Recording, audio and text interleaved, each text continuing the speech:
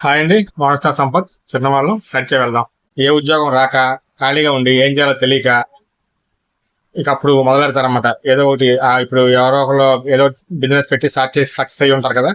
వీళ్ళ ఫ్రెండ్సో లేకపోతే ఫ్యామిలీసో లేకపోతే నియర్ బై వన్స్ ఎవరో ఒకళ్ళు తెలిసి ఉంటుంది. సో అది స్టార్ట్ చేస్తాక వీళ్ళు చూస్తూ ఉంటారు. అసలు ఏమీ తెలియదు, నాలెడ్జ్ ఉండదు, నిల్ నాలెడ్జ్ అనమాట. సో ఇక నేను బిజినెస్ పెడతాను మొదలెడతారు ఇక ఇంట్లో. నేను లిటరల్ గా ఇది ఆ, నాకు చూశానండి, చాలా మంది చూశాను. ఇంకా పెడతారు, పెట్టేసి మంచి స్టైలిష్ గా తయారవుతారన్నమాట. ఇంకా ఎక్కడ లేని బ్రాండెడ్ బట్టలన్నీ వేసుకుని కూర్చుని ఇంకా షో షో చేస్తూ ఉంటారు ఆ షాప్స్ లో. పావలా బిజినెస్ ఉండదు దాంట్లో.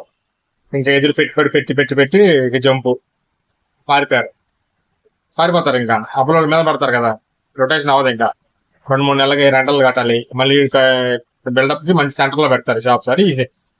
నేను చాలా సార్లు చెప్పాను, ఆ నాలెడ్జ్ లేకపోకుండా ఏదో ఎదుగుడు పెట్టాడని చెప్పేసి నువ్వు పెట్టేసి నీ దగ్గర డబ్బులు ఉన్నాయని చెప్పి ఇంట్లో వాళ్ళ నాన్న రచ్చ చేసి ఎంత గొడవలు పడి అది చేస్తారంటే చేయరు. షో షో బిల్డప్ అనమాట. ఎంతసేపు ఆ ఫోన్ లో తిప్పుకుంటూ ఉంటారు ఆ షాపుల్లో కూర్చొని. అది ఏసీ పెట్టుకుని ఫ్యాన్ వేసుకుంటే అయిపోద్దా వ్యాపారం? అవదండి అసలు.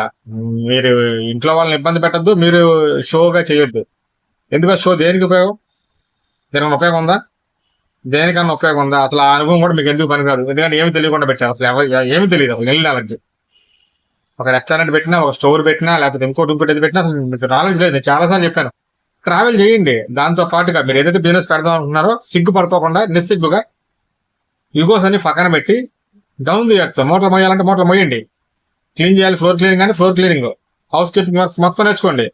అప్పుడే కదా మనకు తెలిసేది. అడ్మినిస్ట్రేషన్ స్కిల్స్ అన్ని వస్తాయి అప్పుడు, బాటమ్ లెవెల్ నుంచి నేర్చుకుంటే. అంతేగాని ఫ్యాన్ ఏసీ పెట్టుకుని స్విచ్ అయ్యగానే ఫ్యాన్ తిరిగితే రిమోట్ నొక్కగానే ఏసీ ఆన్ చేస్తే అంత తేలిక కాదు బిజినెస్. స్విచ్ ఏసీ మోటార్ నొక్కి ఏసీ ఆన్ అయిన అంత ఈజీ కాదు వ్యాపారం.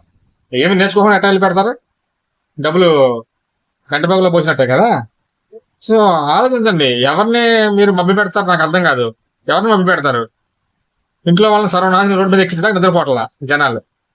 మానేయండి అసలు అవన్నీ. మీ సొంత డబ్బులు ఖర్చు పెట్టండి. మీ సొంత డబ్బులతో మీరు కష్టపడి సంపాదించి అప్పుడు మొదలు పెట్టండి వ్యాపారం. ఇంట్లో వాళ్ళని ఇబ్బంది పెట్టద్దు. ఉన్న వాటిని అమ్మేసి రోడ్డు మీద పెట్టేసి